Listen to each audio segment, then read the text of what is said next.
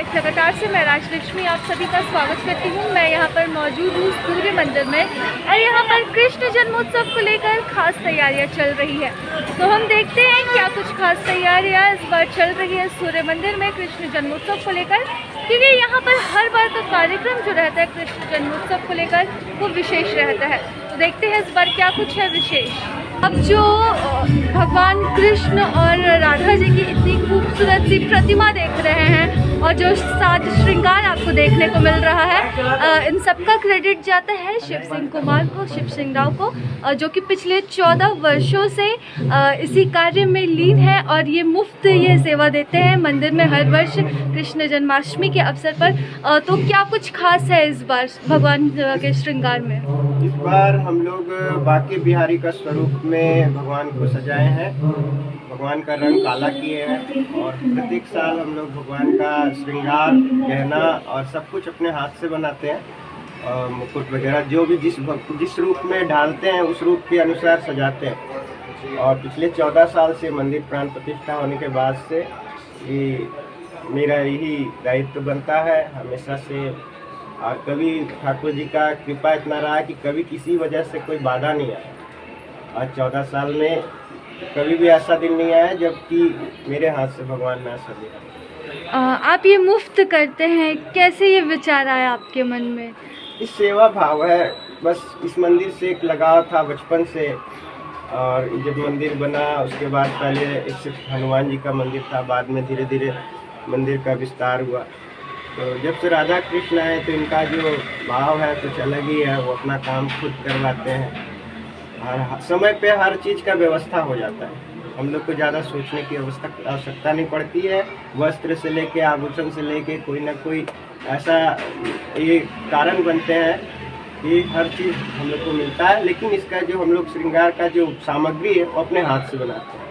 अपने हाथों से बनाते हैं। कितने दिनों की तैयारी लगती है पूरे में?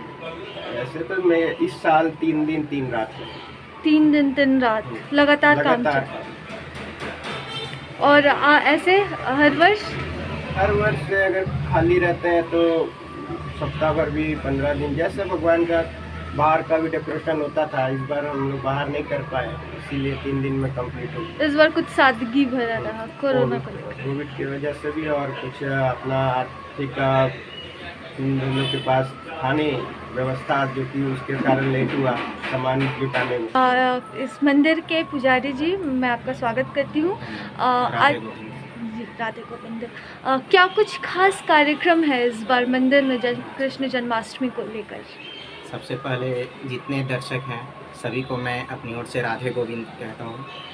और चूँकि जन्माष्टमी का पर्व भगवान श्री कृष्ण का हमारे बांके बिहारी का जन्मोत्सव आज मनाया जा रहा है, क्योंकि सभी लोग जान रहे हैं पूरे देश में कोरोना का प्रभाव अभी पूरी तरह से समाप्त नहीं हुआ है।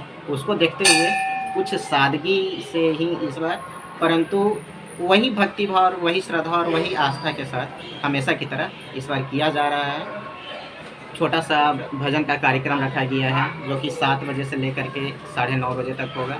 तत्पश्चात 10:30 बजे से पूजन कार्यक्रम आरंभ होगा, जिसमें कि गणेश पूजन आदि होंगे।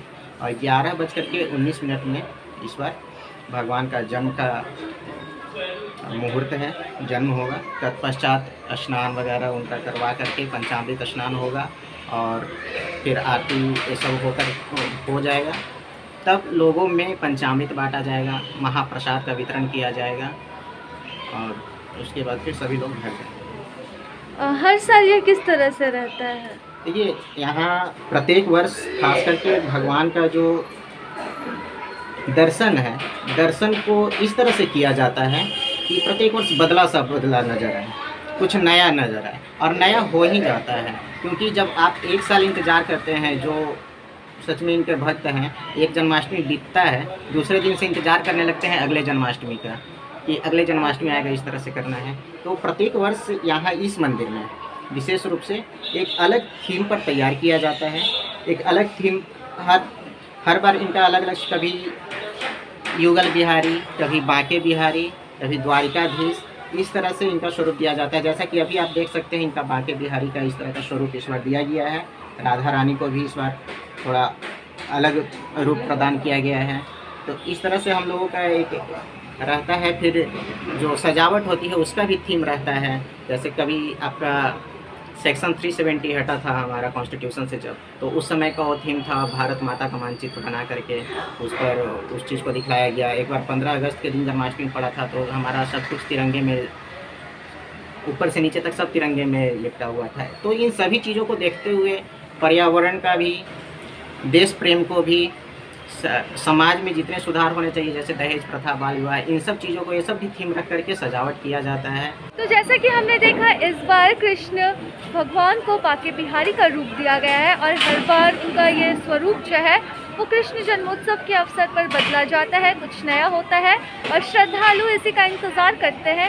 इस बार भी कुछ खास है, लेकिन हर बार की तरह इस बार विशेष तैयारियां नहीं है क्योंकि कोरोना के मद्देनज़र इस बार काफ़ी चीज़ों का पालन किया गया है और लोगों की भीड़ जो है उसे भी इकट्ठा नहीं होने दिया जा रहा है।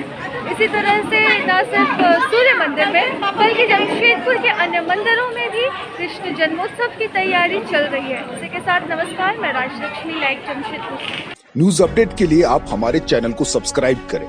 आप हमें फेसबुक और इंस्टाग्राम पर भी फॉलो कर सकते हैं। बने रहे लगातार .in के साथ।